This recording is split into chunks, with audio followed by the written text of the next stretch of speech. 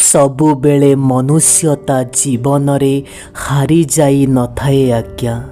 ସବୁବେଳେ ମନୁଷ୍ୟ ତା ଜୀବନରେ ଭାଙ୍ଗି ପଡ଼ି ନଥାଏ ଆଜ୍ଞା। ବେଳେ ବେଳେ ବାସ୍ ମଣିଷ ଏମିତିରେ ହିଁ ଥକିଯାଏ ନିଜ ଲୋକଙ୍କ ପାଇଁ। ତୁମେ ତୁମ ଜୀବନର ଖୁସିକୁ କୌଣସି ବି ଲୋକ ସହ ବାଣ୍ଟିପାର, କୌଣସି ବି ଅସୁବିଧା ନାହିଁ। କିନ୍ତୁ ଜୀବନର ଦୁଃଖକୁ ସବୁବେଳେ ସେଇ ଲୋକଙ୍କ ଆଗରେ କହିବ ଯାହା ଉପରେ ତୁମର ବହୁତ ଭରସା ଥିବ। ଯେବେ ତୁମର କଥା ଶୁଣିବା କାହାକୁ ଘୃଣା ଲାଗେ, ଯେତେବେଳେ କୌଣସି ଲୋକ ତୁମକୁ ଘୃଣା କରିବା ଆରମ୍ଭ କରେ, ସେଇ ଜାଗାରୁ ତୁମେ ଚୁପଚାପ ଚାଲିଯିବା ବହୁତ ଭଲ ହୋଇଥାଏ। ଭରସା ଓ ବିଶ୍ୱାସ ଗୋଟେ ଏମିତି ଜିନିଷଟାଏ ବନ୍ଧୁ, ଯିଏ ଭାଙ୍ଗିଗଲା ଅବସ୍ଥାରେ କେବେ ସେ ଶବ୍ଦ ତ କରେ ନାହିଁ, କିନ୍ତୁ ଭାଙ୍ଗିଗଲେ ପୁଣି ଗଢ଼ି ହୁଏ ନାହିଁ। ଆପଣ ନିଜର ବି ଭୁଲକୁ ବେଳେ ବେଳେ ଖୋଜିବା ପାଇଁ ଚେଷ୍ଟା କରନ୍ତୁ ଆଜ୍ଞା। ସବୁବେଳେ ସାମ୍ନା ଲୋକ କେବେ ଭୁଲ ହୋଇନଥାଏ। ତୁମେ ଭଗବାନଙ୍କ ଉପରେ ବିଶ୍ୱାସ ଓ ଭରସା ରଖ, କିଛି କଥା ନାହିଁ, କିନ୍ତୁ ନିଜ କର୍ମ ଉପରେ ମଧ୍ୟ ବିଶ୍ୱାସ ଓ ଭରସା ରଖ। ମନୁଷ୍ୟ ନିଜ ମନ ଓ ନିଜର ଭାବନାକୁ ମଧ୍ୟ ଟିକେ ସଫା ରଖିବା ଆବଶ୍ୟକ। ସବୁବେଳେ ଅନ୍ୟମାନଙ୍କ ବିଷୟରେ ଭୁଲ କଥା କହିବା ଭଲ ନୁହଁ ଆଜ୍ଞା। ଯଦି ଜୀବନର କଠିନ ପରିସ୍ଥିତି ସହ ଲଢ଼ିବାର ତୁମେ ଶକ୍ତି ରଖୁଛ, ତେବେ ମୁଁ ଗୋଟିଏ କଥା କହୁଛି, ଶୁଣି ରଖ।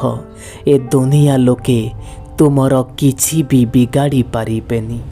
ସଙ୍ଗୀତ ଶୁଣିଲା ପରେ ମନୁଷ୍ୟକୁ କେବେ ଜ୍ଞାନ ପ୍ରାପ୍ତି ହୁଏ ନାହିଁ, ଆଉ ମନ୍ଦିର ଗଲା ପରେ ମଣିଷକୁ କେବେ ଭଗବାନ ମିଳନ୍ତି ନାହିଁ। ତାପରେ ବି ମଣିଷ ପଥରକୁ ଏଥିପାଇଁ ପୂଜିବାରେ ଲାଗିଛି କି ଆଜିକାଲିକା ଦୁନିଆରେ ଭରସାର ଯୋଗ୍ୟ କେହି ମଣିଷ ମିଳେ ନାହିଁ। ଏ ଦୁନିଆରେ ମଣିଷର ସୁନ୍ଦରତାକୁ ଦେଖି ପରଖୁଥିବା ଲୋକ ମୁଁ ମୋ ଜୀବନରେ ବହୁତ ଦେଖିଛି ଆଜ୍ଞା। କିନ୍ତୁ ଏମିତିକା କୌଣସି ବି ଗୋଟିଏ ଲୋକ ମୁଁ ଦେଖିନି ଯିଏ ମଣିଷର ଦୁଃଖ କଷ୍ଟକୁ ପରଖୁଥିବ। କୌଣସି ବି ମଣିଷ ସେତେବେଳେ ବଡ଼ ମଣିଷ ହୁଏ ନାହିଁ ଆଜ୍ଞା, ଯେତେବେଳେ ସିଏ ବଡ଼ ବଡ଼ କଥା କହିବା ପାଇଁ ଲାଗେ। କୌଣସି ମଣିଷ ତ ସେତେବେଳେ ବଡ଼ ମଣିଷ ହୁଏ ଯେତେବେଳେ ସିଏ ଛୋଟ ଛୋଟ କଥା ମଧ୍ୟ ବୁଝିବାକୁ ଲାଗେ। ଯେତେବେଳେ କୌଣସି ଲୋକ ଆପଣଙ୍କ ହୃଦୟକୁ କଷ୍ଟ ଦିଏ, ସେତେବେଳେ ଆପଣ ଚୁପ୍ ରହିବା ପାଇଁ ଚେଷ୍ଟା କରନ୍ତୁ। ଆଉ ଗୋଟିଏ କଥା ମନେ ରଖନ୍ତୁ ଆଜ୍ଞା, ଆପଣଙ୍କ ଠାରୁ ଆପଣଙ୍କର ସମୟ ଉଚିତ ଜବାବ ଦେବ। କୌଣସି ବି ମଣିଷକୁ ଏତେ ବି ଚାହଁ ନାହିଁ, ସେ ମଣିଷ ଦିନେ ନା ଦିନେ ବଦଳି ହିଁ ଯିବ, ଆଉ ତା ପାଇଁ ଆପଣ ଏ ଦୁନିଆକୁ ଘୃଣା କରି ବସିବେ। ଆପଣଙ୍କ ଜୀବନରେ ଆପଣ ନିଜକୁ କିଛି ଏମିତି ଭାବରେ ପ୍ରସ୍ତୁତ କରିଦିଅନ୍ତୁ ଆଜ୍ଞା, କି ଆପଣଙ୍କୁ ଛାଡ଼ି ଯାଇଥିବା ଲୋକ ଅଫସୋସରେ ମରିଯିବ, ଆଉ ଆପଣଙ୍କୁ ପାଇଥିବା ଲୋକ ଗର୍ବ କରି ଉଠିବ। ମୋ ଜୀବନର କାହାଣୀ କିଛି ଏମିତିକା ଆଜ୍ଞା। ବାହାରୁ ତ ସବୁ କିଛି ଠିକ୍ ଅଛି, କିନ୍ତୁ ଭିତରୁ ସବୁ କିଛି ଏମିତି ସେମିତି ରହିଛି। ବନ୍ଧୁ, ଗୋଟେ ଛୋଟ ଉଦାହରଣ ସହ ମୁଁ ବୁଝେଇବାକୁ ଚାହିଁବି ଆପଣଙ୍କୁ।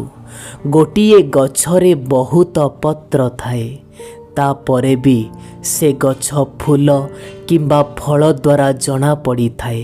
ଠିକ୍ ସେଇଭଳି ମଣିଷ କେତେ ବି ବଡ଼ ବଡ଼ କଥା କହିଥାଉ ନା କାହିଁକି, ମଣିଷର କର୍ମରୁ ହିଁ ସବୁକିଛି ଜଣାପଡ଼ିଥାଏ। ଦିନ ଥିଲା କାହାଣୀରେ ଆମେ ଏକଥା ଶୁଣିଥିଲୁ ଆଜ୍ଞା, ମଣିଷ ମରିଯାଏ, ଆତ୍ମା ଘୁରୁଥାଏ। ଆଜି ଆତ୍ମା ମରିଯାଇଛି, ଆଉ ମଣିଷ ଘୁରି ବୁଲୁଛି। କାଶ ଏମିତିକା ଇଞ୍ଜିନିୟର କେହି ମିଳିଯାଆନ୍ତା କି ଯିଏ ମଣିଷ ମଣିଷ ଭିତରେ ସମ୍ପର୍କର ସେତୁ ବାନ୍ଧି ପାରିଥାନ୍ତା, ଭଙ୍ଗା ହୃଦୟକୁ ପୁଣି ଥରେ ଯୋଡ଼ି ପାରିଥାନ୍ତା। ଆପଣ ବିଶ୍ୱାସ କରିବେନି ମୋ କଥା, କିନ୍ତୁ ସତ ଆଜ୍ଞା, ଆପଣଙ୍କୁ ଭାଗ୍ୟ ଦ୍ୱାରା ଯେଉଁ ଫଳ ମିଳେ ତାଠାରୁ କର୍ମ ଦ୍ୱାରା ଯେଉଁ ଫଳ ମିଳେ ସେ କର୍ମର ଫଳ ଅଧିକ ସ୍ୱାଦିଷ୍ଟ ହୋଇଥାଏ। ଯଦି କୌଣସି ବି ଲୋକ ଗୋଟିଏ ଛୋଟ ଭୁଲ କରିସାରିଲା ପରେ ଆପଣଙ୍କଠୁ କ୍ଷମା ମାଗିଦିଏ, ଆପଣ ଏକଥା କେବେ ବି ଭାବିବେ ନାହିଁ କି ସେ ମଣିଷ ଆପଣଙ୍କଠୁ ଦୁର୍ବଳ। ସତ କଥାଟି ହେଉଛି ସେ ମଣିଷ ଆପଣଙ୍କୁ ହରେଇବା ପାଇଁ ଚାହୁଁନି। ଯଦି ସମ୍ପର୍କ ହେବାର ଅଛି ତେବେ ମନୁଷ୍ୟର ହୃଦୟରୁ ହେବା ଆବଶ୍ୟକ। ବନ୍ଧୁ, ରକ୍ତ ସମ୍ପର୍କକୁ ଆମେ ବୃଦ୍ଧାଶ୍ରମରେ ଦେଖିଛୁ। ବନ୍ଧୁ, ଯେତେବେଳେ ତୁମ ମନ ଭିତରେ ଜିଦ୍ ଆସିଗଲା କୌଣସି ବି ସମ୍ପର୍କକୁ ନେଇ, ତେବେ କଥା ସୁନିଶ୍ଚିତ ସେ ସମ୍ପର୍କ ହାରିଯିବ। ଯଦି ଆପଣଙ୍କ ଖରାପ ସମୟରେ କୌଣସି ବି ମଣିଷ ଆପଣଙ୍କ ସାଥ ଛାଡ଼ିଦେଲା, ତେବେ ଗୋଟିଏ କଥା ଆପଣ ନିଶ୍ଚୟ ବୁଝିଯିବେ, ସିଏ ଆପଣଙ୍କ ସଙ୍ଗେ କେବେ ବି ନଥିଲା। ଜୀବନରେ କେବେ ବି କୌଣସି ମଣିଷକୁ ଆପଣ ମୌକା ଦେବାକୁ ଚେଷ୍ଟା କରିବେନି, କାହିଁକିନା ମୌକା ଦେଉଥିବା ଲୋକମାନେ ସବୁବେଳେ ଧୋକା ଖାଇଯାଆନ୍ତି। ବିଶ୍ୱାସ ଓ ଭରସା କେହି ବି ପର ଲୋକମାନେ ଭାଙ୍ଗନ୍ତି ନାହିଁ ଆଜ୍ଞା। ଯଦି ବିଶ୍ୱାସ ଓ ଭରସା ଭାଙ୍ଗେ ତାହା କେବଳ ନିଜ ଲୋକମାନେ ହିଁ ଭାଙ୍ଗନ୍ତି। ସମସ୍ତଙ୍କ ପାଖରେ ଅଭିଯୋଗ କରିବାର କୌଣସି ବି ଅର୍ଥ ନାହିଁ। ଯିଏ ଆପଣଙ୍କ ମନର କଥା ବୁଝିପାରୁନି ତା ଆଗରେ ଚିଲେଇ କହିଲେ କିଛି ଲାଭ ହେବ ନାହିଁ। ଆପଣ ବିଶ୍ୱାସ କରିବେ ନାହିଁ, କିନ୍ତୁ ଏକଥା ସତ ଆଜ୍ଞା, ବହୁତ ପାଖରୁ ମୁଁ ଏ ଦୁନିଆ ଆଉ ଦୁନିଆ ଲୋକଙ୍କୁ ଦେଖି ସାରିଛି। ସେଇଥିପାଇଁ ତ ଏବେ କାହା ସହ କଥା ନ ହୋଇ ଏକା ରହୁଛି। ମନୁଷ୍ୟ ଜୀବନରେ ମନୁଷ୍ୟର ସଫଳତା କ'ଣ? ଲୋକମାନେ ଯେତିକି ଭାବୁଛନ୍ତି ତାଠୁ ଅଧିକ କିଛି କରି ଦେଖାଅ, ତାହା ହିଁ ତ ତୁମ ପାଇଁ ସଫଳତା ହେବ। ଯଦି ତୁମକୁ ତୁମ ଜୀବନର ଲକ୍ଷ୍ୟ ପଥରେ ଏକା ଚାଲିବା ପାଇଁ ପଡ଼ୁଛି, ତେବେ ଏକା ଚାଲ, କିଛି କଥା ନାହିଁ। ଏତେ ଲୋକଙ୍କ ଗହଳିରେ ଚାଲିବାର ବି କୌଣସି ବି ଆବଶ୍ୟକତା ନାହିଁ। ଏ ଦୁନିଆର ସବୁଠାରୁ ବଡ଼ ଡର କ'ଣ ଜାଣିଛନ୍ତି ଆପଣମାନେ? କୌଣସି ଗୋଟେ ନିଜ ଲୋକକୁ ହରେଇ ଦେବାର ଡର। ଆଉ ଏଇ କଥାର ମୂଲ୍ୟ କେବଳ ସେଇ ଲୋକ ହିଁ ବୁଝିପାରିବ ଯିଏ ତା ଜୀବନରେ କୌଣସି ନିଜ ଲୋକଙ୍କୁ ହରେଇଥିବ। କୁହନ୍ତି କି ଆପଣଙ୍କୁ ଛାଡ଼ିବାକୁ ଚାହୁଁଥିବା ଲୋକ କୌଣସି ବି ପରିସ୍ଥିତିରେ ଆପଣଙ୍କ ସାଥ ଛାଡ଼ି ଦେଇପାରେ, ଆଉ ଆପଣଙ୍କ ସାଙ୍ଗରେ ରହିବାକୁ ଚାହୁଁଥିବା ଲୋକ କୌଣସି ବି ପରିସ୍ଥିତିରେ ଆପଣଙ୍କ ସାଥ ଦେଇପାରେ। ଏହା ସତ୍ୟ ବଚନ ଅଟେ। ଆପଣ ବିଶ୍ୱାସ ନ କଲେ ବି ସତ। ମୁଁ ଦେଖିଛି ଆଜ୍ଞା, ଯେତେବେଳେ ମନ ଓ ହୃଦୟ ଦୁଃଖରେ ଭାଙ୍ଗି ପଡ଼େ ସେତେବେଳେ ଚେହେରାର ଚମକ କୁଆଡ଼େ ଉଡ଼େଇଯାଏ। ମନୁଷ୍ୟକୁ ଜୀବନରେ ଏମିତି କିଛି କଳା ଶିଖିବାର ବି ଆବଶ୍ୟକତା ରହିଛି। ଯଦି ଏଠି ଲଢ଼େଇ ନିଜ ଲୋକଙ୍କ ସହ ହୁଏ, ତେବେ ମଣିଷକୁ ହାରିଯିବାର ବି ଆବଶ୍ୟକତା ରହିଛି। ଯଦି ଆପଣଙ୍କ ମନ ଖୁସି ଅଛି, ତେବେ ଏ ଦୁନିଆର ପ୍ରତିଟି ଛୋଟ ଖୁସି ମଧ୍ୟ ଆପଣଙ୍କୁ ଭଲ ଲାଗିବ।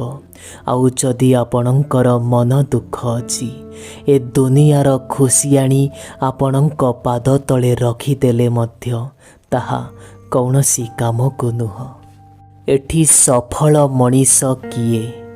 ବନ୍ଧୁ, ସଫଳ ମଣିଷ ସିଏ ନୁହଁ ଯିଏ ନିଜ ଶତ୍ରୁମାନଙ୍କୁ ହରେଇ ଦିଏ। ସଫଳ ମଣିଷ ତ ସିଏ ଯିଏ ଶତ୍ରୁମାନଙ୍କ ଠାରୁ ଅଧିକ ସଫଳ ହୋଇ ଦେଖେଇ ଦିଏ।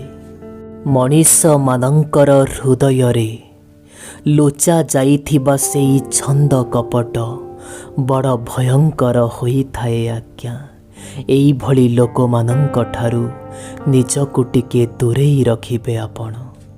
ଏ ସମୟ ତୁ ମୋତେ କେତେ ବି କଷ୍ଟ ଦେବାକୁ ଚାହୁଁଛୁ ଦେ, କିନ୍ତୁ ଗୋଟିଏ କଥା ମନେ ରଖ, ଜୀବନର କୌଣସି ନା କୌଣସି ଜାଗାରେ ତତେ ବି ବଦଳିବାକୁ ହେବ।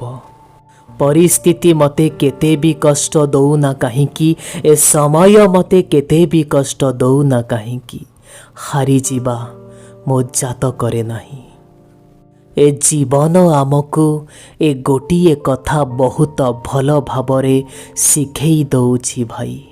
ଯଦି ଜୀବନରେ ତୁମେ ଶାନ୍ତିରେ ରହିବା ପାଇଁ ଚାହୁଁଛ, ତେବେ ଅନ୍ୟମାନଙ୍କ ବିରୁଦ୍ଧରେ ଆସି ଅଭିଯୋଗ କରିବା ଅପେକ୍ଷା ଭଲ ହେବ ନିଜକୁ ତୁମେ ବଦଳେଇ ଦିଅ। ସେଇ ପର୍ଯ୍ୟନ୍ତ ଆପଣଙ୍କ ଜୀବନରେ କିଛି ବି ବଦଳିବ ନାହିଁ, ଯେଉଁ ପର୍ଯ୍ୟନ୍ତ ଆପଣ ନିଜେ ନିଜକୁ ନ ବଦଳେଇବେ। ପ୍ରଥମେ ନିଜ ଜୀବନର ପ୍ରତିଟି ଅଭ୍ୟାସକୁ ବଦଳେଇବା ଆରମ୍ଭ କରନ୍ତୁ ଆଜ୍ଞା। ଦେଖିବେ ପ୍ରତିଦିନ କିଛି ନା କିଛି ପରିବର୍ତ୍ତନ ହୋଇ ଦିନେ ଆପଣଙ୍କ ସମ୍ପୂର୍ଣ୍ଣ ଜୀବନ ପରିବର୍ତ୍ତନ ହେବ। ଲୋକେ ଏଠି ଚାହା ସହ ବିସ୍କିଟ୍ ଖାଆନ୍ତି, କିନ୍ତୁ ଗୋଟିଏ କଥା ଚା ଆଉ ବିସ୍କିଟ୍ରୁ ମୁଁ ଶିଖିବା ପାଇଁ ପାଇଲି, ଯଦି କୌଣସି ଜିନିଷରେ ତୁମେ ଅଧିକ ବୁଡ଼ି ରହିବ, ଶେଷରେ ତୁମେ ନଷ୍ଟ ହୋଇଯିବ।